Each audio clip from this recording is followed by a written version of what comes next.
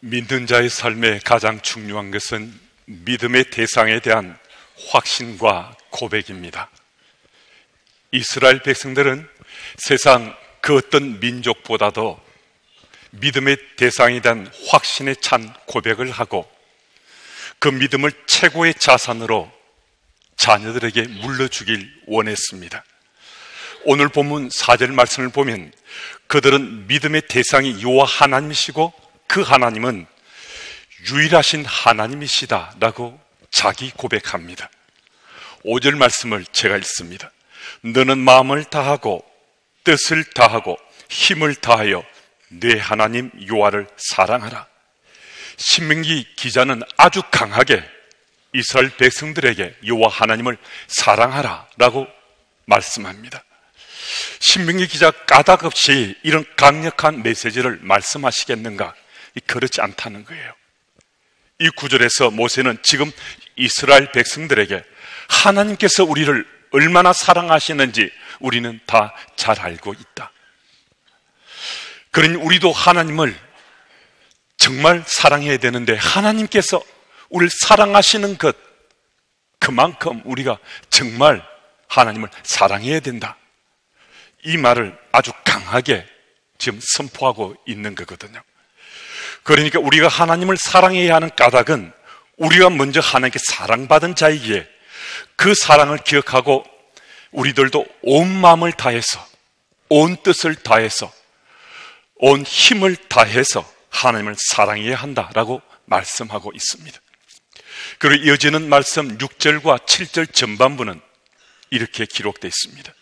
오늘 내가 네게 명하는 이 말씀을 너는 마음에 새기고 내 자녀에게 부지런히 가르치며. 오늘 본문의 가장 핵심적인 메시지가 이 구절에 담겨 있습니다. 내가 먼저 해라. 부모인 너희들이 먼저 해라 라고 말씀합니다.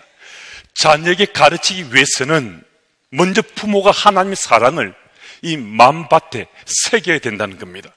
마음에 새길 만큼 하나님에 대한 사랑이 우리 삶이 되어야 그것이 드러나서 자녀들에게 가르칠 수 있다라고 말씀합니다. 그럼 가짜가 아니라 진짜를 말하는 거예요. 자녀들은 그 누구보다도 우리 부모의 신앙이 가짜인지 진짜인지 잘 압니다. 여러분, 우리는 자녀들이 바른 믿음의 삶을 살길 원합니다. 여호와 하나님을 나의 하나님으로 고백하는 그리스도인이라면 100%, 어쩌면 한 사람도 예외 없이 우리 자녀들이 바른 믿음의 삶을 살길 원할 것입니다. 그런데 적지 않은 부모들이 이런 원함은 갖고 있음에도 너무나 정말 중요한 한 가지 사실을 빼먹고 이런 소망을 갖는다는 것입니다. 그 한 가지가 무엇일까요? 지금 말씀이 우리에게 말씀하고 계십니다. 부모인 우리가 먼저 해야 된다는 겁니다. 부모인 우리가 먼저 여호와 하나님을 나의 하나님으로 믿고 그 하나님을 사랑하며 믿는 자의 삶을 충실히 살아야 한다는 겁니다. 그때 우리는 자녀들에게 우리 믿음의 삶을 가르칠 수 있다는 것입니다. 6절 말씀을 한번 보시면요, 적당히나 그럴듯하게가 아닙니다. 마음에 새길 정도로 확신에 차서 전심으로 부모가 먼저 여호와 하나님을 사랑해야 한다라고 말씀합니다. 부모가 하나님을 정말 사랑하는 믿는 자의 삶을 마음에 새기고 그 삶을 통해서 자녀들을 부지런히 가르칠 수 있다는 것입니다. 이 구절에 부지런히 가르치라라는 히브리어 샤난의 본래적 의미는 찌르다, 뽀쪽하다라는 뜻을 가지고 있습니다. 따라서 이 말은 생명력 있는 하나님 말씀으로 자녀들의 영혼을 예리하게 찌르듯이 감동시키고 교훈시키라는 의미입니다. 히브리서 4장 12절 말씀은 우리 함께 읽습니다. 함께요. 하나님의 말씀은 살았고 활력이 있어 좌우의 날선 어떤 금보다도 예리하여 홍과 영과 및 관절과 골수를 찔러 쪼개기까지 하며 또 마음의 생각과 뜻을 판단하나니. 아멘. 말씀을 통해서 영혼에 예리한 수술이 있어야 된다는 겁니다. 그래서 아프고 고통스러울 수 있습니다. 단순히 듣거나 느끼는 정도에 그쳐서는 안 된다는 거예요. 그만큼 아프고 고통스럽지만은 이 예리한 수술을 통해서 삶이 달라지고 삶이 변하게 된다는 것입니다. 부모인 우리는 비록 적당하게 그럴듯하게 신앙의 삶을 살고 있다 하더라도 우리 자녀들은 바른 믿음의 삶을 살길 원하는 것이 부모의 본심이지 않습니까? 속마음이지 않습니까? 그런데 요 하나님께서는 오늘 우리에게 내가 먼저 하라고, 부모인 우리가 먼저 해야 된다라고 말씀하시고 계시거든요. 무슨 말씀이신가? 부모가 먼저 마음과 뜻을 다해 힘을 다해 하나님을 사랑하는 삶을 살지 않으면 자녀들에게 가르쳐봤자 그 가르침은 헛된 것이 되고 만다는 것입니다. 그런 반면 부모가 여호와 하나님을 정말 사랑하는 마음으로 자녀를 가르치고 양육하면 우리 자녀들에게는 정말 놀라운 일들이 생겨날 수 있다는 것입니다. 여러분, 우리는요, 우리가 가지고 있는 것만, 내 속에 있는 것만 그것 자녀들과 나눌 수 있습니다. 부모인 우리들이 내 속에서 하나님과 바른 관계를 맺고 하나님을 사랑하는 그것이 내 속에 있어야 내 속에 있는 그것 가지고 자녀들과 함께 믿음의 삶을 나눌 수 있거든요. 내 속에 하나님을 사랑하는 그 사랑하는 마음이 없으면 뭐 가지고 자녀들에게 나누겠어요?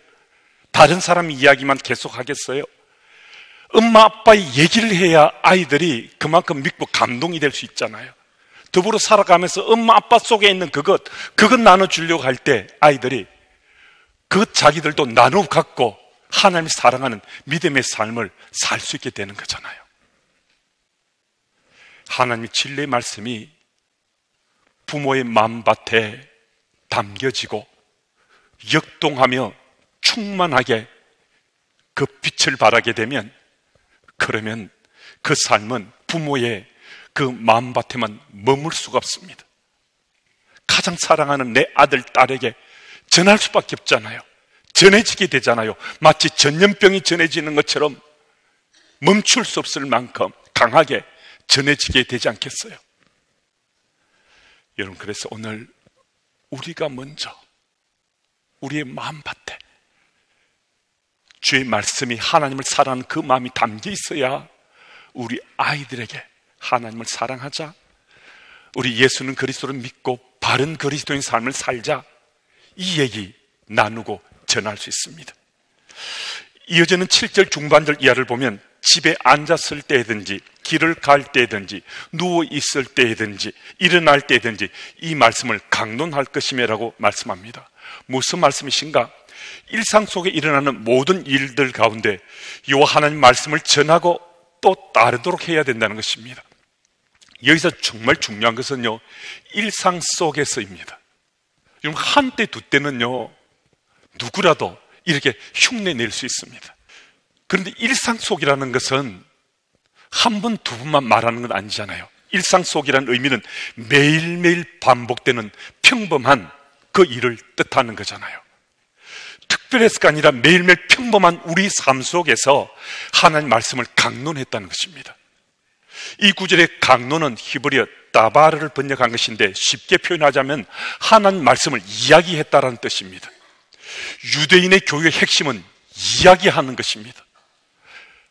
아이들이 엄마 뱃속에 있을 때부터요, 엄마들은요 속삭이듯이 아이들에게 이 하나님 말씀을 이야기합니다. 아이가 태어나면요 베개가에서 아이들에게 이 하나님 말씀을 이야기합니다. 아이들이 좀 더 자라나면 밥상머리에서 하나님 말씀을 아이들에게 이야기합니다. 그러니까 아이가 자라는 순간순간 부모는 아이들에게 하나님 말씀을 이야기하는 것입니다.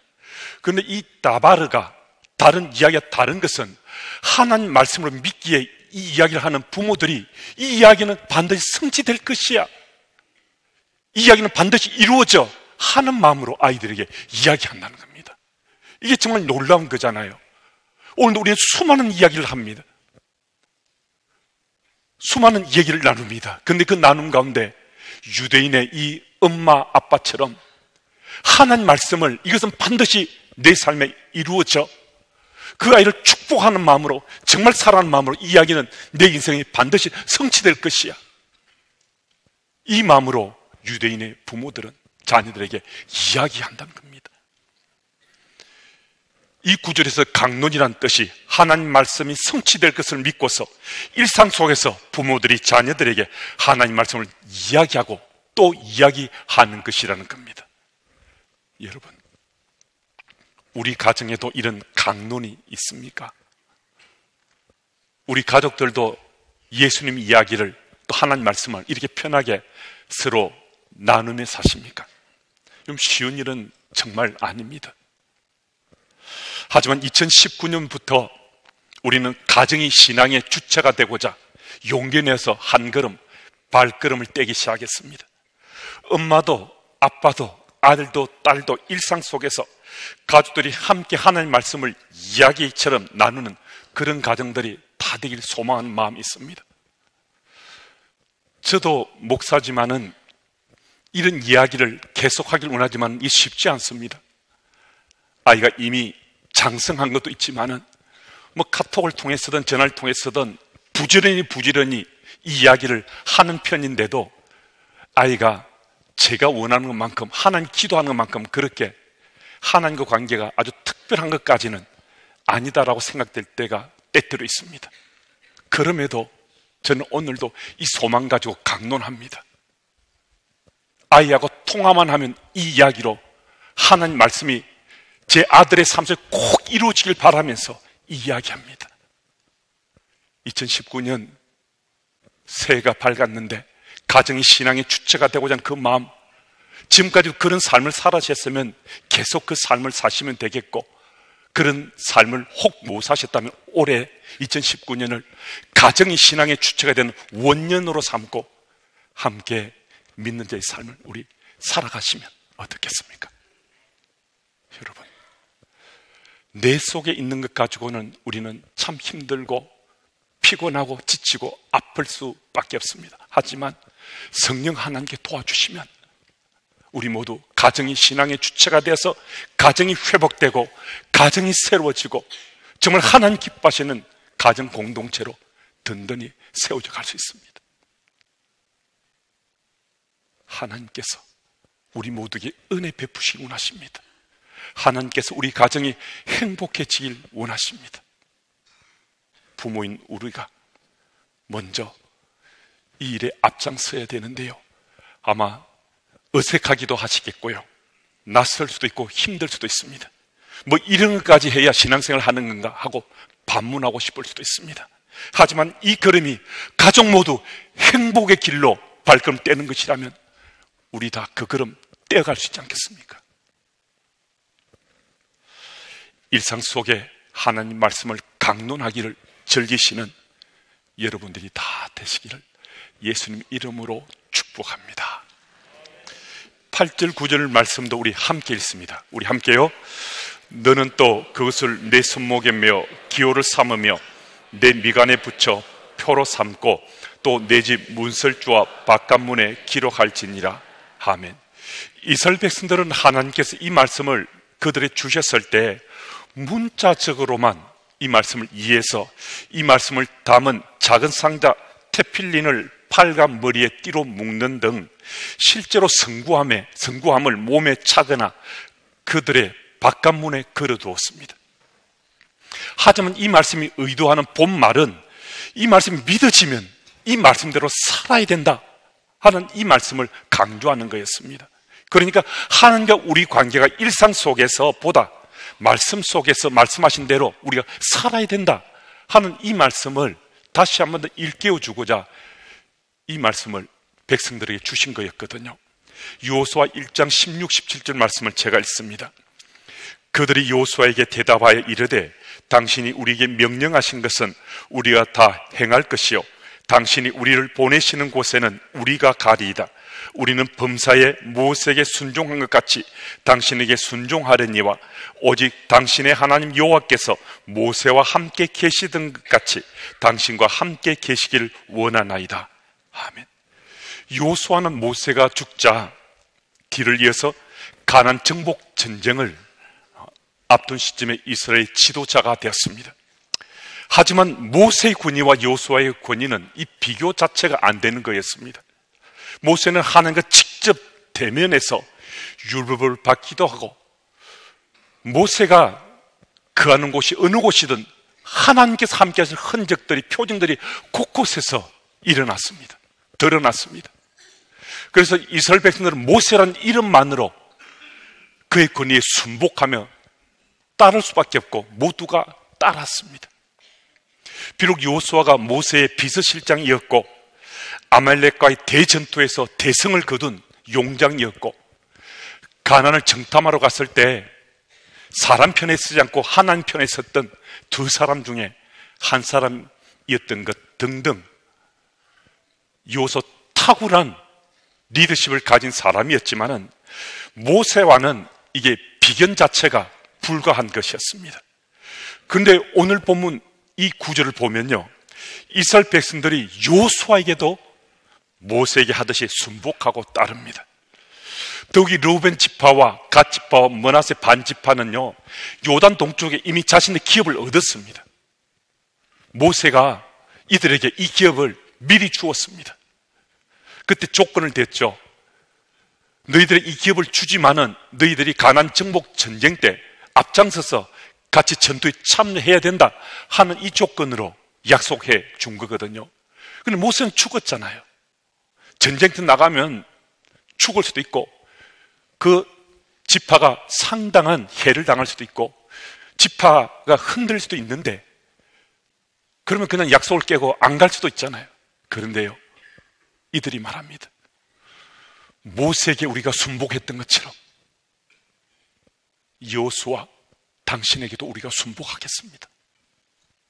우리가 당신이 말씀하시면 그 말씀 따라 우리가 순복해서 가나안 전쟁에 앞장서 나가겠습니다. 지금 이 말 하고 있는 거거든요. 여러분, 어떻게 여호수아에게 이런 놀라운 리더십이 가능했겠는가? 여호수아는 성경에 등장한 이래 단 한순간도 딴 길로 가지 않았습니다. 언제나 하나님 말씀에 순종하고 하나님 말씀을 따라 삶을 살아갔습니다. 여호수아의 리더십의 권위는 하나님 말씀에 순종하고 그 말씀을 따라 살아갔던 삶의 권위였습니다. 우리 부모들도 자녀들 앞에 이런 권위가 정말 필요합니다. 높은 직에 있고 좋은 직장에 있고 부자고 학벌이 좋고 집안 배경이 대단한 이런 권위 말고 하나님 말씀에 순종하고 그 말씀대로 살아가는 부모의 권위가 정말 필요합니다. 우리 자녀들은 부모들이 하나님 말씀에 순종하고 그 말씀 따라 살아가는 걸 지켜보면요, 아이들도 하나님 말씀에 순종하고 그 말씀 따라 살려고 합니다. 누구보다 가장 가까이 있잖아요. 아들, 딸들은 누구보다 가장 민감할 정도로 엄마, 아빠의 삶에 반응하며 살잖아요. 여러분, 우리 부모 세대가 하나님 말씀에 순종하고 그 말씀 따라 살아가면요, 우리 자녀들도 하나님 말씀에 순종하고 그 말씀을 살아가게 되어 있습니다. 익숙해진다는 것은 정말 무서운 것입니다. 하나님 말씀에 순종하는 데 익숙해지고 하나님 말씀대로 살아가는 데 익숙해지고 하나님 말씀을 나누는 데 익숙해지는 가정이 되면요, 그 가정은 정말 신앙이 우리 삶의 최고의 가치가 될 수 있습니다. 그래서 가정이 신앙의 주체가 되는, 그래서 행복한 가정을 꾸려갈 수 있습니다. 이전에 제가 섬기던 교회에서 새가족 환영회를 했을 때 있었던 일입니다. 불교에서 개종한 아내의 수년의 기도 열매로 이제 교회에 출석하게 되었던 남편 되시는 분이 새가족 환영회에서 인사를 했는데요, 주부의 자신의 이름이 실린 것이 아마 느낌이 좀 남달랐던 모양입니다. 그래서 주보에 자기 이름이 실린 것을 보고 의외로 감동을 받았다라는 이런 얘기를 꺼내는데요, 주부라는 이 단어가 익숙하지 않은 거예요. 주부라는 단어가 생각나지 않았어요. 그래서 잠시 버벅거리다가 마침내 이렇게 말했습니다. 그 찌라시 있잖아요. 그 찌라시에 내 이름이 기록되어 있어서 조금 마음이 감동이 되었어요. 익숙해진 것은요, 입술을 통해서 우리 삶을 통해서 드러나게 됐습니다. 하나님 말씀을 내 마음에 담고 살아가는 것이 우리 익숙해지면요, 익숙해진 것은요, 내 입술에도 내 삶으로도 드러나게 되어 있습니다. 2019년 가정이 신앙의 주체가 되고자 하는 이 발걸음을 떼기 시작했는데 이 쉽지 않습니다. 목사인 저도 우리 가정도 이 쉽지 않다는 잘 압니다. 하지만 단 한 번도 포기한 적 없습니다. 단 한 번도 물러선 적 없습니다. 여러분, 우리 함께 하십시다. 저도 함께, 여러분도 함께 2019년 이 한 해가 가정이 신앙의 주체가 돼서 우리 가정이 회복되고 새로워지고 행복해지는 가정, 그 가정을 꾸려가는데 우리 함께 발걸음을 떼어가십시다. 그리해서 언젠가 세월 지나서 바로 2019년 이 한 해를 우리 가정이 행복해지는 바로 그 원년으로 자기 고백할 수 있는 여러분들과 제가 되기를 예수 이름으로 축복합니다.